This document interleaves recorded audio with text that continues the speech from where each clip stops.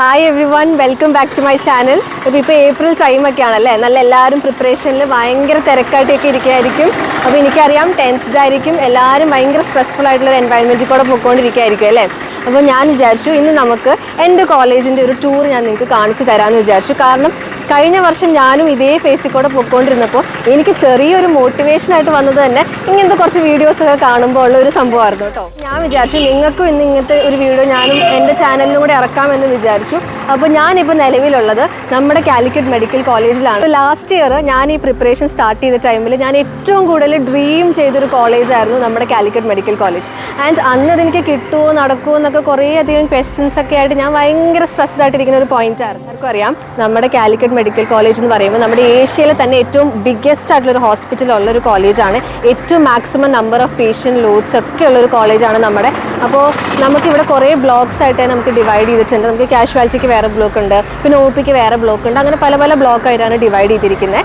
അതിൽ തന്നെ നമ്മുടെ അക്കാഡമിക് ബ്ലോക്കാണ് ഞാൻ എൻ്റെ പുറയിൽ കാണുന്നത്.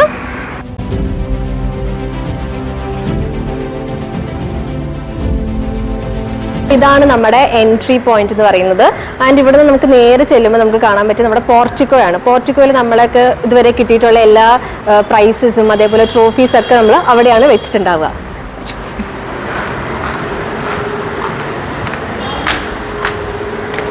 സോ ഇതാണ് നമ്മുടെ പോർട്ടിക്കോ. അപ്പോൾ ഇവിടെയാണ് നമുക്ക് ഈ യൂണിവേഴ്സിറ്റി മത്സരങ്ങളൊക്കെ ഉണ്ടാവുമല്ലോ, അപ്പോൾ അതിന് കിട്ടുന്ന ട്രോഫീസൊക്കെ നമ്മൾ ഇവിടെയാണ് വെക്കുക. നമ്മൾ റൈറ്റ് എടുക്കുമ്പോൾ നമുക്ക് ഈ ഒരു വരാന്ത കാണാൻ പറ്റും. ആൻഡ് അതിൻ്റെ അറ്റത്തുള്ള ക്ലാസ് റൂം എന്ന് വെച്ചാൽ നമ്മുടെ സാജു മെമ്മോറിയൽ ലെക്ചർ ഹാളാണ്. ആൻഡ് ഇവിടെ നമുക്ക് ബേസിക്കലി കുറേ ലെക്ചർ ഹാൾസ് ആണ് ഉള്ളത്. അത് ഇങ്ങനെ ഫിക്സ്ഡ് ആയിട്ട് ഓരോ ബാച്ചുകാർക്ക് അങ്ങനെ ഒരു സംഭവമില്ല. അപ്പോൾ നമ്മൾ ഓരോരോ സ്ലോട്ട് അനുസരിച്ച് നമുക്ക് ഓരോരോ ഹാളായിട്ട് കിട്ടുകയാണ്. ഇപ്പോൾ നമുക്ക് അനാറ്റമിയിൽ ഒരു ലെക്ചർ ഹാൾ ഉണ്ട്, പിന്നെ ബയോ കെമിസ്ട്രിയുടെ ലെക്ചർ ഹാളാണ് നമ്മുടെ ഈ സാജു മെമ്മോറിയൽ ലെക്ചർ ഹാൾ. പിന്നെ അതേപോലെ ഫിസിയോളജിക്കൊക്കെ നമുക്ക് ലെക്ചർ ഹാൾസ് ഉണ്ട്. അപ്പോൾ ഇവിടെയാണ് നമ്മുടെ ക്ലാസ്സസ് ഒക്കെ കണ്ടക്ട് ചെയ്യുക. പിന്നെ ഈ ഒരു വരാന്തയുടെ പ്രത്യേകത എന്ന് വെച്ചാൽ ഓൾമോസ്റ്റ് കുറേ പേര് ഇത് കണ്ടിട്ടുണ്ടാവും. നമ്മുടെ ഓം ശാന്തി ഓശാന ഫിലിമിൻ്റെ അകത്ത് ഭയങ്കര ഫേമസ് ആയിട്ടുള്ള നമ്മുടെ നിവിൻ പോളിയും ഒക്കെ വന്ന് മീറ്റ് ചെയ്യണ പോയിന്റും നസ്രിയൊക്കെ വാക്ക് ചെയ്ത് പോകുന്ന ഒരു പോയിന്റാണ് നമ്മുടെ ഈ ഒരു വരാന്ത എന്ന് പറയുന്നത്. ഇതാണ് നമ്മുടെ സാജു ലെക്ചർ ഹാള്. ഇപ്പം എന്താ സംഭവം എന്ന് വെച്ചാൽ നമുക്ക് ഇന്റർ ബാച്ചിൻ്റെ പ്രോഗ്രാംസ് ഒക്കെ വരുന്നുണ്ട്. കോമ്പറ്റീഷൻ ആണ് ബേസിക്കലി. അപ്പോൾ എല്ലാ ബാച്ചുകാരും തമ്മിലുള്ള കോമ്പറ്റീഷൻസ് ഒക്കെയാണ്. അപ്പോൾ അതിൻ്റെ പ്രിപ്പറേഷൻസും എല്ലാം ഇതിൻ്റെ ഉള്ളിൽ നടക്കുന്നുണ്ട് കേട്ടോ. നമുക്ക് പറ്റുമെങ്കിൽ നമുക്കൊന്ന് കാണാം. വാ.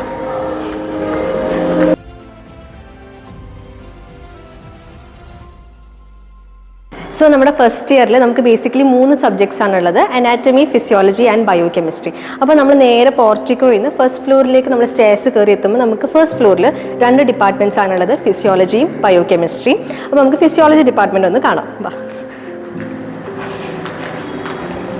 അപ്പോൾ നമ്മുടെ ഫിസിയോളജി ഡിപ്പാർട്ട്മെൻറ്റിൽ നമുക്ക് 2 രീതിയിലാണ് ലാബിൻ്റെ ഒക്കെ പരിപാടികളൊക്കെ നടക്കുക. ഒന്ന് ഹെമറ്റോളജി ലാബ് ഉണ്ടാവും, അതേപോലെ തന്നെ ഒന്ന് എക്സ്പെരിമെൻ്റൽ ലാബാണ് ഉള്ളത്. അപ്പോൾ ഞാൻ തൊട്ട് എൻ്റെ ലെഫ്റ്റ് സൈഡിൽ കാണുന്നതാണ് നമ്മുടെ എക്സ്പെരിമെൻ്റൽ ലാബ്.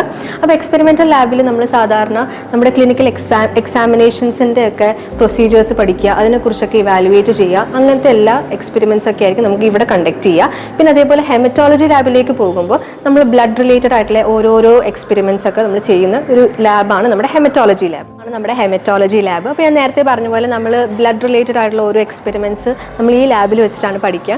പിന്നെ ആദ്യമായിട്ട് എല്ലാവരും എന്താ പറയുക, നമ്മൾ തന്നെ സ്വയം നമ്മൾ പ്രിക്ക് ചെയ്ത് നമ്മൾ ബ്ലഡ് എടുത്തിട്ട് അതിനെ അനലൈസ് ചെയ്യുന്ന പ്രൊസീജിയേഴ്സ് ഒക്കെ നമുക്ക് ഇവിടെയാണ് നടക്കുക. ആദ്യമൊക്കെ എല്ലാവർക്കും നമ്മൾ തന്നെ പ്രിക്ക് ചെയ്യാന്ന് പറഞ്ഞാൽ വലിയൊരു പണിയായിരുന്നു. പക്ഷെ പിന്നെ വിത്ത് ടൈം അത് ഭയങ്കരമായിട്ട് ഇവോൾവ് ആയി. ഇപ്പോൾ ഏകദേശം എല്ലാവരും തന്നെ അതിനകത്തൊരു പ്രോ ആയി എന്ന് തന്നെ വേണമെങ്കിൽ പറയണം. സോ ഞാൻ നേരത്തെ പറഞ്ഞ പോലെ നമുക്ക് ഓരോ ഡിപ്പാർട്ട്മെൻറ്റ്സിനൊക്കെ ആയിട്ട് നമുക്ക് അവരുടേതായിട്ടുള്ള ലെക്ചർ ഹാൾസ് ഉണ്ട്. ഇപ്പോൾ ഇത് ഫിസിയോളജിയുടെ ലെക്ചർ ഹാളാണ്, ഡോക്ടർ അനൂപ് MKയുടെ ലെക്ചർ ഹാള്. എൻ്റെ ലെഫ്റ്റ് സൈഡിൽ കാണുന്നതാണ് നമ്മുടെ ലെക്ചർ ഹാൾ. ഇതിപ്പോൾ നിലവിൽ ക്ലോസ്ഡ് ആണ്. സോ നമ്മുടെ അനാറ്റമിയിൽ നമുക്കുള്ളതാണ് ഹിസ്റ്റോളജി ലാബ്. ഹിസ്റ്റോളജി ലാബിൽ നമ്മൾ എന്താ ചെയ്യാന്ന് വെച്ചാൽ നമുക്കിങ്ങനെ ഓരോ സ്ലൈഡ്സിനെ കുറിച്ചുള്ള സ്റ്റഡീസ് ആയിരിക്കും ബേസിക്കലി. അപ്പോൾ അതിനകത്ത് നമുക്ക് ഓർഗൻസ് വരാം, അതേപോലെ തന്നെ ഓരോ എപ്പിത്തീലിയൽ ലൈനിങ്ങിനെ കുറിച്ച്, നെർവസ് ടിഷ്യൂസിനെ കുറിച്ചൊക്കെ നമ്മൾ ഇതിനകത്ത് സ്റ്റഡി ചെയ്യും. മൈക്രോസ്കോപ്പിക്കലായിട്ടുള്ള സ്റ്റഡീസ് ആയിരിക്കും നമ്മളിവിടെ ചെയ്യുക. അപ്പോൾ നമുക്ക് ഈ ലാബ് സെഷൻസ് എന്നൊക്കെ പറഞ്ഞാൽ ഈ വൈകിട്ട് ഉള്ള സെഷൻസ് ആയിരിക്കും. അപ്പോൾ നിയർലി ഒരു 2 to 4 സെഷൻസ് ആയിട്ടായിരിക്കും നമുക്ക് എല്ലാ ദിവസവും ഉണ്ടാവുക. സോ ഇനി നമുക്ക് അനാറ്റമിയുടെ ലെക്ചർ ഹാൾ ഉണ്ടെന്ന് ഞാൻ നേരത്തെ പറഞ്ഞില്ലായിരുന്നു. അപ്പോൾ അതാണ് ഇതാ തൊട്ട് പുറകിൽ കാണുന്നത്. ഇപ്പോൾ കുറച്ച് റെനോവേഷൻ വർക്കൊക്കെ നടക്കുന്നുണ്ട്. അപ്പോൾ അതിൻ്റെ ഭാഗമായിട്ട് അത് കുറച്ച് ദിവസമായിട്ട് ക്ലോസ്ഡ് ആയിരുന്നു. നമുക്കൊന്ന് കയറി നോക്കാം ഉള്ളിലുണ്ടോ.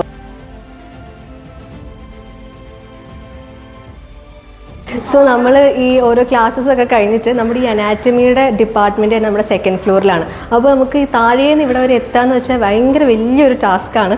അപ്പോൾ നമ്മളെല്ലാവരും ഈ ലിഫ്റ്റിൽ കയറാൻ വേണ്ടി ഒറ്റ ഓട്ടമാണ് നിലവിൽ. എല്ലാവരും ആ ഒരു ടൈം ആകുമ്പോഴത്തേനും ബ്രേക്ക് കിട്ടുമ്പോഴത്തേനും ആദ്യം ഓടി ലിഫ്റ്റിൻ്റെ അടുത്തേക്ക് എത്തുക എന്നാണ് നമ്മുടെ ഏറ്റവും ഫസ്റ്റ് ടാസ്ക്. സോ നമ്മൾ അവിടുന്ന് നേരെ പോകുന്നത് നമ്മുടെ അനാറ്റമി ഡിപ്പാർട്ട്മെൻറ്റ്. ഈ ഒരു സൈഡ് ഫുള്ളി അനാറ്റമി ഡിപ്പാർട്ട്മെൻറ്റാണ്. രണ്ട് സൈഡിലേക്കും പോകാം. അപ്പോൾ ഇവിടെ നമ്മുടെ HODസിൻ്റെയും അതേപോലെ പ്രൊഫസേഴ്സിൻ്റെ ഒക്കെ റൂം ഉണ്ടാവും. പിന്നെ നമ്മുടെ റിസർച്ചിൻ്റെ ലാബ് ഉണ്ടാവും. അതേപോലെ തന്നെ നമ്മുടെ ഡിസെക്ഷൻ റൂം ഇതിന് ഏറ്റവും എൻഡിലാണ്. അപ്പോൾ ഡിസെക്ഷൻ റൂമിൻ്റെ ഉള്ളിലേക്ക് നമുക്ക് എന്തായാലും കയറാൻ പറ്റില്ല. അവിടെ മൊബൈൽ ഫോൺസ് അലൗഡ് അല്ല. പിന്നെ ഭയങ്കര സ്ട്രിക്റ്റ് ആയിട്ട് നമ്മൾ ഭയങ്കര റെസ്പെക്റ്റ്ഫുള്ളി ഹാൻഡിൽ ചെയ്യുന്ന ഒരു റൂമാണ് അവിടെ. സോ നമ്മുടെ ഡിസെക്ഷൻ ഹാളിൽ നമുക്ക് ഒരു രീതിയിലുള്ള ഗാഡ്ജറ്റ്സ് ഒന്നും അലൗഡ് അല്ല, ഫോൺസ് ഒന്നും അലൗഡ് അല്ല, ടാബോ അങ്ങനെ ഒരു രീതിയിലുള്ള സംഭവങ്ങളും ഒന്നും അലൗഡ് അല്ല. ഭയങ്കര സ്ട്രിക്റ്റ് ആയിട്ട് നമ്മൾ മെയിൻറ്റെയിൻ ചെയ്യുന്ന ഡെക്കറും മെയിൻറ്റെയിൻ ചെയ്യുന്ന ഒരു റൂം കൂടിയാണ് നമ്മുടെ ഡിസെക്ഷൻ ഹാള്. അപ്പോൾ ഡിസെക്ഷൻ ഹാളിൻ്റെ ഉള്ളിലേക്ക് എനിക്ക് കാണിക്കാൻ പറ്റില്ല, പക്ഷേ ഇതിൻ്റെ ഏറ്റവും എൻഡിലാണ് നമ്മുടെ ഡിസെക്ഷൻ ഹാള്. അവിടേക്ക് ജസ്റ്റ് കാണിച്ചു തരാം.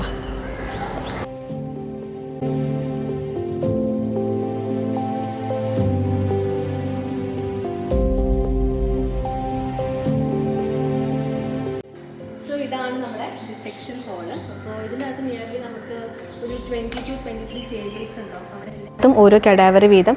ആൻഡ് ഓരോ കഡാവറും നമ്മളിപ്പോൾ ഒരു നിയർലി ഒരു 10 to 11 സ്റ്റുഡൻസിനാണ് അത് കൊടുത്തിട്ടുണ്ടാവുക. അപ്പോൾ അവർക്ക് ഒരു ഫാക്കൽറ്റിയും അതേപോലെ തന്നെ ഒരു PG നമുക്ക് അപ്പോയിൻറ്റഡ് ആയിരിക്കും.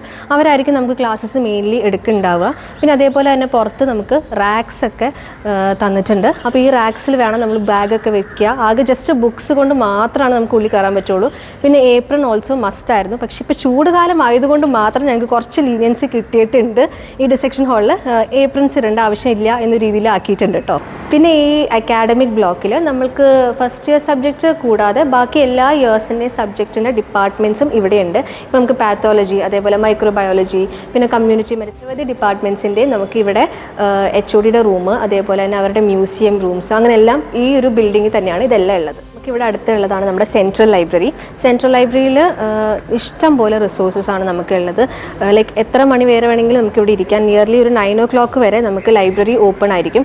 അപ്പോൾ എല്ലാ സ്റ്റുഡൻസിനും ആ ഒരു ഫെസിലിറ്റി യൂസ് ചെയ്യാൻ പറ്റുന്ന ഒന്നാണ്. അതേപോലെ തന്നെ ഇവിടെ കംപ്ലീറ്റ്ലി സെൻട്രലൈസ്ഡ് AC ഉള്ളൊരു സംഭവമുണ്ട്. അതുകൊണ്ട് തന്നെ നമുക്ക് കംഫർട്ടബിളായിട്ട് നമുക്ക് കറക്റ്റായിട്ട് ഭയങ്കര സൈലൻ്റ് ആയിട്ട് നമുക്കിരുന്ന് ഇവിടെ പഠിക്കാനുള്ള സൗകര്യവും നമുക്കിവിടെ ഉണ്ട്. മറ്റൊരു ഡിപ്പാർട്ട്മെൻറ്റാണ് ബയോകെമിസ്ട്രി ഡിപ്പാർട്ട്മെൻറ്റ്. ഈ ബയോകെമിസ്ട്രി ഡിപ്പാർട്ട്മെൻറ്റ് നമ്മുടെ കോളേജ് അക്കാഡമിക് ബ്ലോക്കിൻ്റെ ഫസ്റ്റ് ഫ്ലോറിൽ തന്നെയാണ് നമുക്ക് വരിക.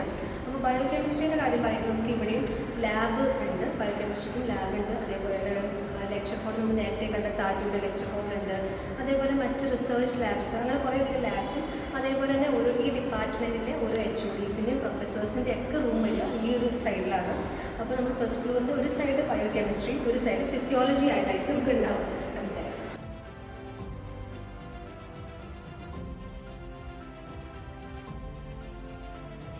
ഇതാണ് നമ്മുടെ ബയോകെമിസ്ട്രിയുടെ ലാബ്. ഇവിടെ നമ്മൾ ചെയ്യാൻ എന്താണെന്ന് വെച്ചാൽ നമ്മുടെ യൂറിൻ അനാലിസിസ്, അതേപോലെ ബ്ലഡിൻ്റെ ഒക്കെ അനാലിസിസ് നടത്തുന്ന ഒരു ലാബ് കൂടിയാണ് ഇത്.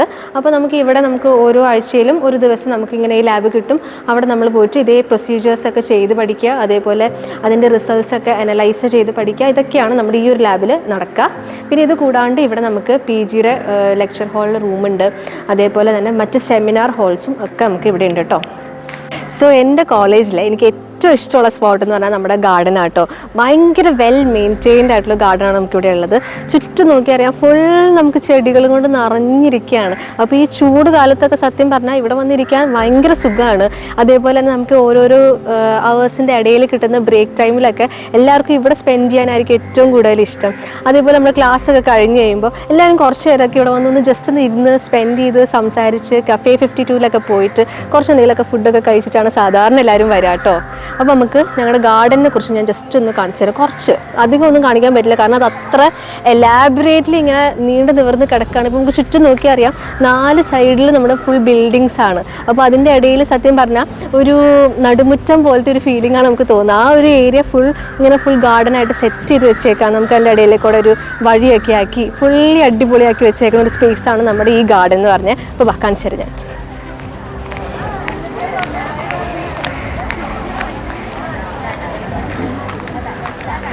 സോ ഞാൻ നേരത്തെ പറഞ്ഞ പോലെ നമ്മുടെ ഈ ഗാർഡൻ്റെ ഈ നടുക്ക് ഈ ഒരു പോയിന്റ് നമുക്കൊരു സ്പേസ് ഉണ്ട് കേട്ടോ ഇരിക്കാനൊക്കെ. ഇത് നമ്മുടെ ഫ്രണ്ട്സ്, നമ്മുടെ ക്ലാസ്സിലെ കുട്ടികളാണ് ഇവിടെ ഇരിക്കുന്നത്. നമുക്ക് അവരോട് ജസ്റ്റ് ഒന്ന് പോയി മിണ്ടാം. ഹായ് ഗൈസ്, നിങ്ങളുടെ എന്താ പരിപാടി? വെറുതെ ഇരിക്കുക? എന്താ ഒന്നുമില്ല, വിശേഷം ഒന്നും പറയില്ല. എക്സാം. ഓക്കെ, അപ്പോൾ ഞാനൊരു ക്വസ്റ്റ്യൻ ചോദിക്കാം. ഇപ്പം നമ്മുടെ നീറ്റിന് പ്രിപ്പയർ ചെയ്യുന്ന സ്റ്റുഡൻസ് ഒക്കെ ഇപ്പോൾ ഭയങ്കര സ്ട്രെസ്ഫുൾ ആയിട്ട് പൊയ്ക്കൊണ്ടിരിക്കുകയായിരിക്കും അല്ലേ? ഇപ്പോൾ നിയർലി ഒരു 15 days ഒക്കെ എത്രയേ ഉള്ളൂ. അപ്പോൾ ഈ ഒരു ടൈമിൽ നിങ്ങൾ അഡോപ്റ്റ് ചെയ്ത സ്ട്രാറ്റജി എന്തായിരുന്നു? മാക്സിമം എക്സാം എഴുതാം. ഓക്കെ, അപ്പോൾ എക്സാംസ് എഴുതിയിട്ട് അതിനകത്ത് നിന്ന് എങ്ങനെയായിരുന്നു ആ ക്വസ്റ്റ്യൻസ് ഒക്കെ വീണ്ടും സോൾവ് ചെയ്യാൻ നോക്കുമായിരുന്നോ? എങ്ങനെയായിരുന്നു?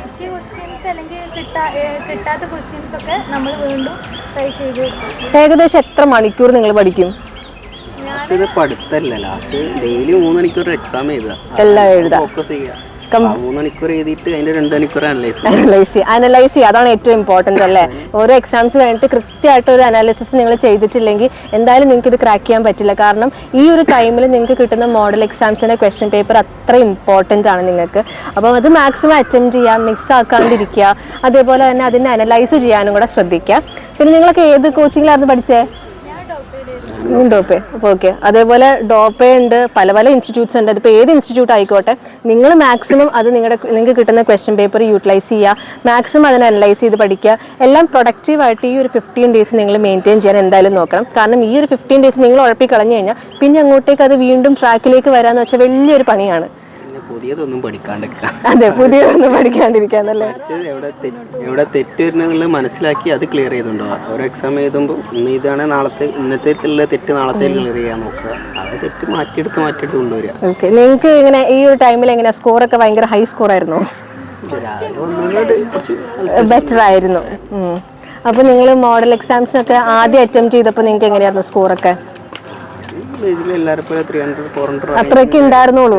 അവിടെ നിന്നാണ് നിങ്ങൾ പിന്നെ ബിൽഡ് ചെയ്തെടുക്കുകയല്ലേ ചെയ്തത്. അപ്പോൾ ഇനിയും വേണമെങ്കിൽ പഠിച്ചാൽ ശ്രമിച്ചാൽ ഇനിയും കിട്ടും. നിങ്ങളിപ്പോൾ 12th കഴിഞ്ഞിട്ട് നിൽക്കുന്ന ഒരു സ്റ്റുഡൻ്റ് ആണെന്ന് വിചാരിക്കുക. അപ്പോൾ നിങ്ങൾക്ക് ഇപ്പോൾ നീറ്റിന് പ്രിപ്പയർ ചെയ്യണം. അതിപ്പോൾ നീറ്റ് ആവട്ടെ, JEE ആവട്ടെ, ഇതിനൊക്കെ നിങ്ങൾക്ക് പ്രിപ്പറേഷന് വേണ്ടിയിട്ട് നിങ്ങൾക്കൊരു ഗൈഡൻസ് വേണം. നിങ്ങൾക്കൊരു നല്ല കോച്ചിങ് ഇൻസ്റ്റിറ്റ്യൂട്ട് നിങ്ങളിപ്പോൾ നോക്കുന്നുണ്ടെങ്കിൽ നിങ്ങൾക്ക് പറ്റിയൊരു ചോയ്സ് ആയിരിക്കും നമ്മുടെ ഡോപ്പയിൽ നിങ്ങൾക്ക് ഇൻറ്റഗ്രേറ്റഡ് ആയിട്ട് നിങ്ങൾക്ക് കോഴ്സ് പഠിക്കാവുന്നതാണ്. അല്ലെങ്കിൽ റിപ്പീറ്റർ ആയിട്ടോ അതുമല്ലെങ്കിൽ നിങ്ങൾക്ക് അവിടെ ഹോസ്റ്റൽ ഫെസിലിറ്റീസിൽ അവിടെ നിന്നിട്ട് സ്കൂളിൽ തന്നെ പഠിക്കുന്ന ഒരു രീതിയിൽ തന്നെ നിങ്ങൾക്ക് പഠിക്കാവുന്ന ഒരു ഓപ്ഷൻ കൂടി നമുക്കിവിടെ അവൈലബിൾ ആണ്. അപ്പോൾ നിങ്ങൾക്ക് പറ്റുന്നെങ്കിൽ അത് മാക്സിമം യൂട്ടിലൈസ് ചെയ്യുക. കാരണം കോഴ്സിനെ കുറിച്ച് നിങ്ങൾക്ക് അറിയാൻ കൂടുതൽ താല്പര്യം ഉണ്ടെങ്കിൽ ഞാൻ കോൺടാക്ട് നമ്പർ നമ്മൾ ഡിസ്ക്രിപ്ഷൻ ബോക്സിൽ ആഡ് ചെയ്യുന്നുണ്ടാവും. അപ്പോൾ do check it out.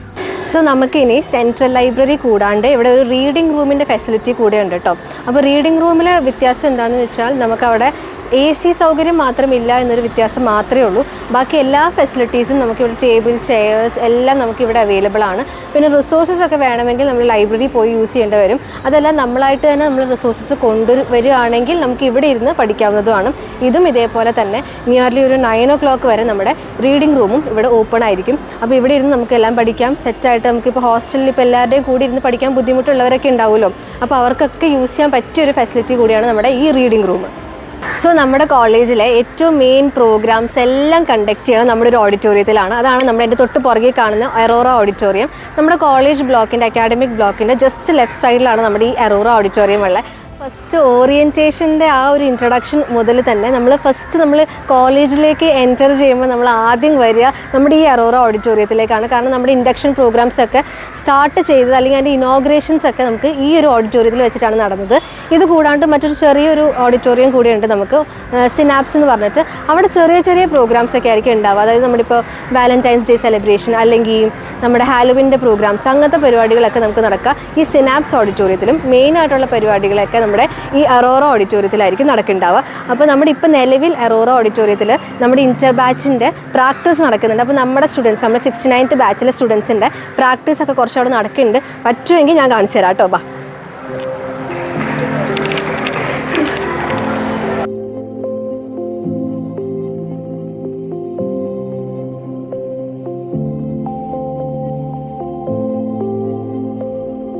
So അപ്പോൾ ഇതാണ് ഞങ്ങളുടെ കോളേജിൻ്റെ വിശേഷം.